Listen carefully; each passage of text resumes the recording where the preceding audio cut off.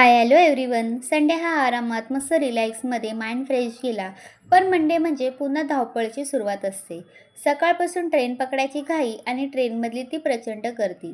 दररोज हजारो महिला या गर्दीतून प्रवास करतात. कधी उभं राहून, कधी दारात लटकून, पण तरीही चेहऱ्यावर हसू ठेवून सगळ्या जबाबदाऱ्या निभवतात.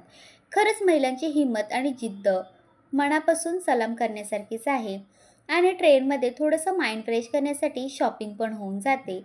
आणि जशी काही माझी शॉपिंग चालू आहे. कधीतरी इअरिंग्स, बेबी क्लिप्स, अजून काही काही असं ट्रेनमध्ये येऊन जातं आणि महिलांचं थोडंसं माइंड फ्रेश होऊन जातं. संध्याकाळी चहा घेतला, माइंड फ्रेश केलं, फ्रेश होऊन घरी येण्याचा प्रवास केला. संध्याकाळी घरी येताना जोरदार पाऊस, ऑटोच्या पाण्याचे शितोडे अंगावर येणे, पावसाची ही मजाच वेगळी असते आणि खूप एन्जॉय करण्यासारखं असतं. पण दिवसाचा सगळा थकवा एका क्षणात गायब झाला.